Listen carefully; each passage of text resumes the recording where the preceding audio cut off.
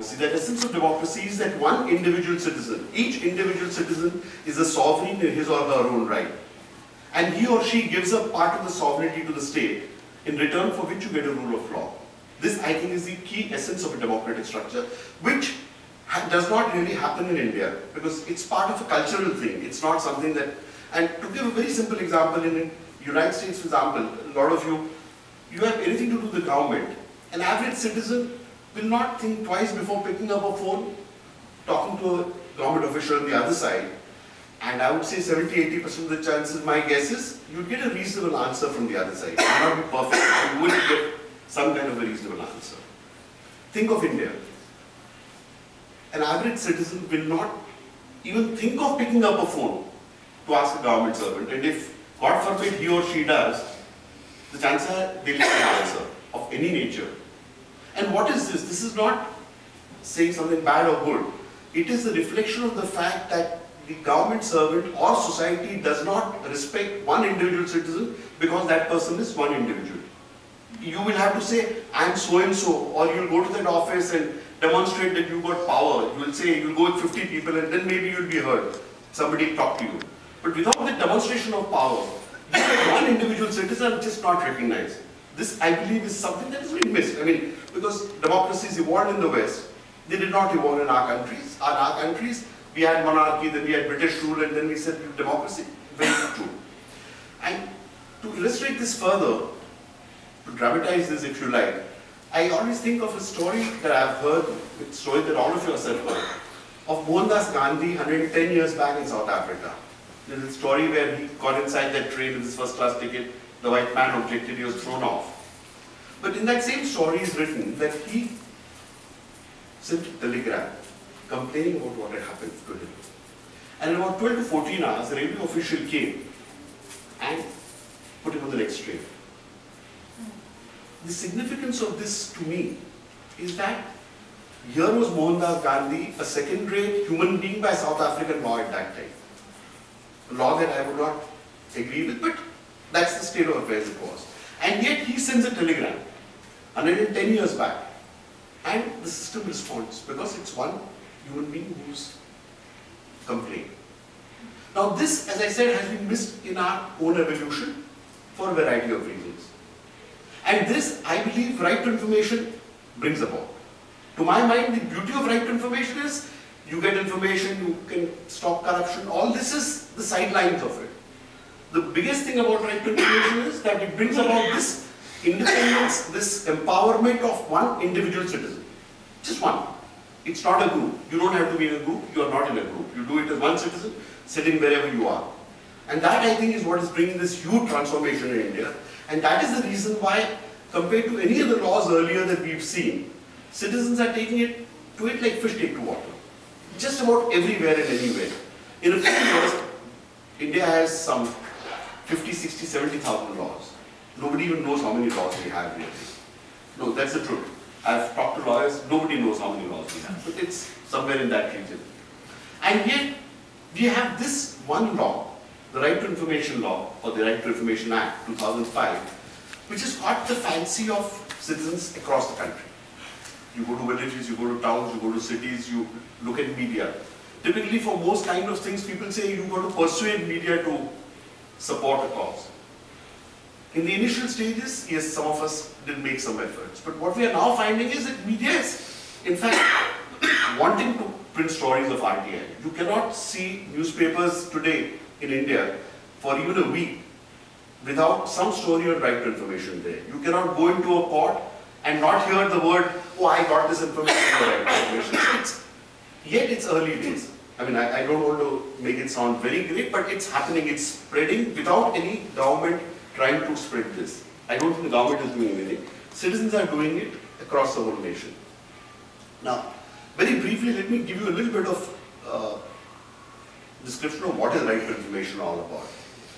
Some of you will probably know very well, but for the benefit of those who don't. The first Freedom of Information Act, as some of you know, came about in Sweden, 2nd December 1766. The United States got its Freedom of Information Act in 1966. After that, there have been modifications, amendments, etc., but it started in 1966. And How powerful is it here? Most of you may not use it. But the fact is that in spite of, as I said, a culture where an average citizen can pick up a phone and get information, in 2002, there were over 2 million applications in FOI. In 2003, in US, there were over 3 million. In 2004, there were over 4 million FOI applications made in US. This is a sign of a robust democracy. It is that citizens are concerned, they want information.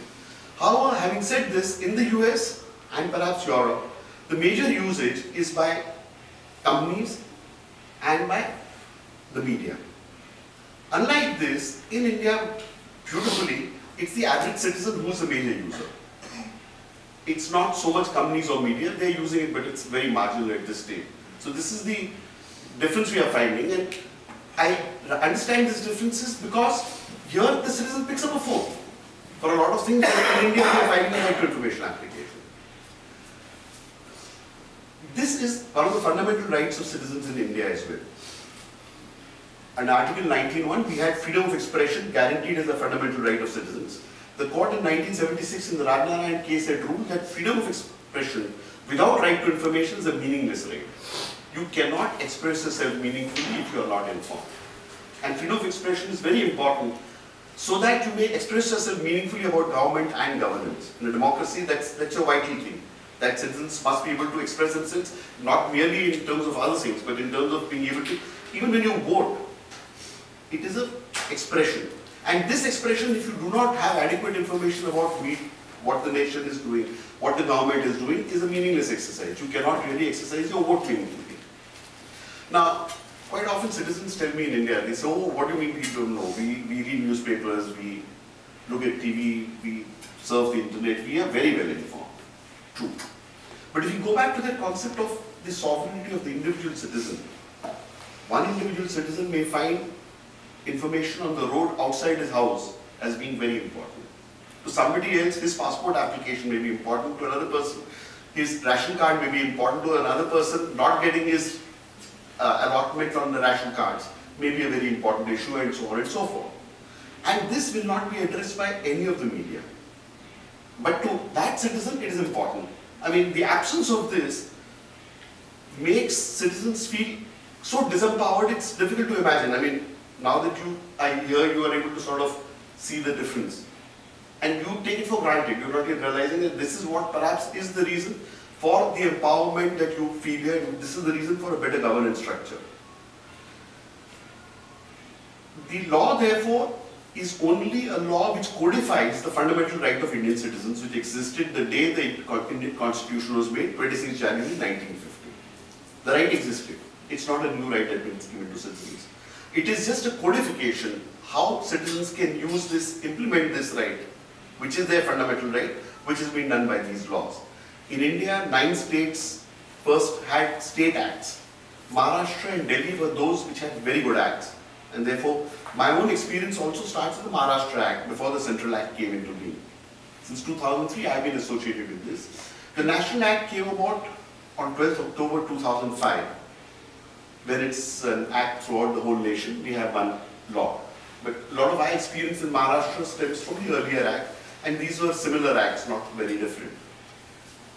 In simple terms, it says any citizen of India can seek information. Some of the laws in some of the other countries say anybody can. In India, it's restricted to citizens of India.